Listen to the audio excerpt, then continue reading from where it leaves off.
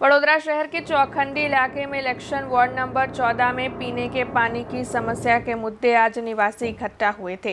दरअसल वडोदरा शहर के कई इलाके अब भी पानी की समस्या का सामना कर रहे हैं। वैसे गर्मियों का मौसम चल रहा है और ऐसे में पानी की सबसे ज़्यादा ज़रूरत खड़ी होती है। ऐसे वक्त में पानी की किल्लत से लोग काफ़ी परेशान हैं। हालांकि इस इलाके में पानी की पाइपलाइन है, लेकिन उसके बावजूद भी दूसरी सोसाइटियों में पानी न आने के चलते वहां पर बुलडोजर बुलाकर पाइपलाइन को चेक करवाया जा रहा था। लेकिन अन्य सोसाइटी जहां पर पानी आ रहा है, उन लोगों की ओर से इस मामले में विरोध जताया गया था।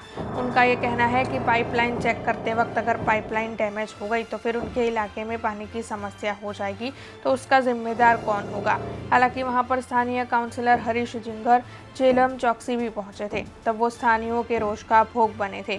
बीते 15 दिनों से कई सोसाइटियों में पानी नहीं आ रहा है और जो आ रहा है वो भी गंदा आ रहा है, जिसके मद्देनजर निवासियों की ओर से रोष प्रकट किया जा रहा है। 10 ટેન્કરો આવ્યા, અમારે ત્યાં એક જ ટેન્કર નહીં આવ્યું ને અમારે ત્યાં પાણી જ નથી આવતું, તો હવે શું કરવાનું? અને અહીં પાણી આવે તો સામેવાળા બંધ કરાવે છે, તો હવે એમનું સારું થવું જોઈએ ને અમારું સારું થવું જોઈએ, પણ સામે નથી આવતું એના માટે અહીંયા વાલ ખોદાઈને અહીં એ કરાવે છે, બંધ કરાવે છે, બરાબર. પણ અમારે પ્રોબ્લેમ જ નથી અમારી પોળમાં.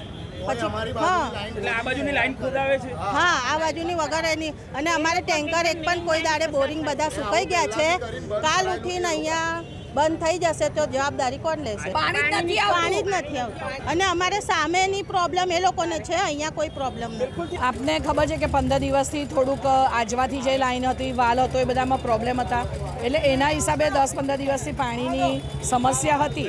પણ અત્યારે એવું છે કે અમારા બરનપુરાથી સમેના વિસ્તારમાં પાણીની બહુ ઘટ પડે છે.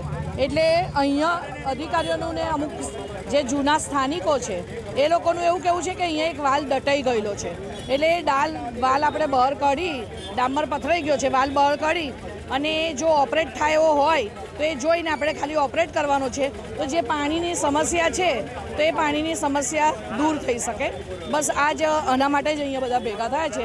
અમુક લોકોને એવી ગેરસમજ હતી કે અમારું પાણી બંધ કરવા આવ્યા છે, તો કોઈનું પાણી બંધ કરવા માટે નહીં, સામે જે પાણી નથી આવતું તો વાલ દટાયો છે ખોલીએ તો એના હિસાબે કદાચ પાણીની સમસ્યા જે સામે છે એ દૂર થશે.